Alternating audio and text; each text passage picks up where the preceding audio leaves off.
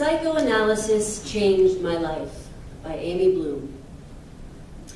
For 3 weeks, 4 days a week, Marianne told her dreams to Dr. Zermer. Fat, naked women handed her bouquets of tiger lilies. Incomprehensible signs and directories punctuated silent gray corridors. Bodiless penises spewed azalea blossoms in great pink and purple arcs. She also talked about her marriage, her divorce, and her parents. Her laughter fed on itself until she lost control completely and discovered that she was weeping. She rarely cried. She had cried only once in front of her psychiatrist. In response to something she'd said, he had asked her if she was happy, and unaccountably, she burst into tears. Now, she curled her body against the comfortable flesh of the carpenter's stomach, and as he stroked her hair, she told him in simple, flat sentences the truth about her husband and her lover and her mother and her psychiatrist and the tangle of lies and the elaborate fabrications she had told each of them. She wept on and off as she spoke. Sometimes she would be struck by the awful humor of what she was saying, and she would start to laugh. When she finished, she looked at him and saw on his face a puzzled expression as if he hadn't quite followed the story.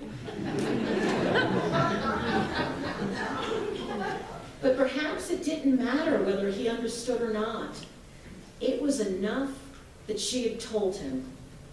She asked him to stay the night with her. He held her closely, kissed the top of her head tenderly, and told her he couldn't. A great calm descended on us. He had seen patients for more than half his life. Whatever tumult they created in the present, it all traced back to the past.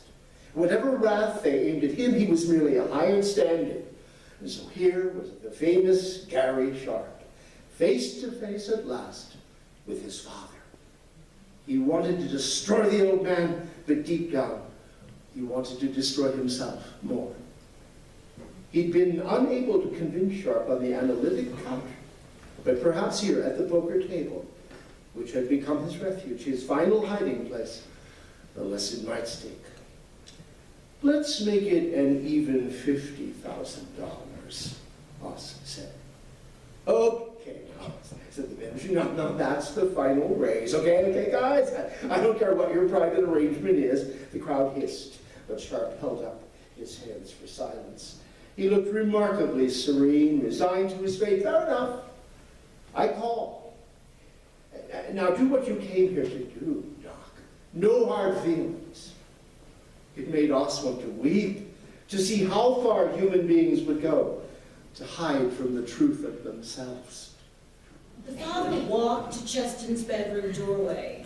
The boy had his back to the father, facing the window, and was palming his Batman sippy cup like a brandy snifter.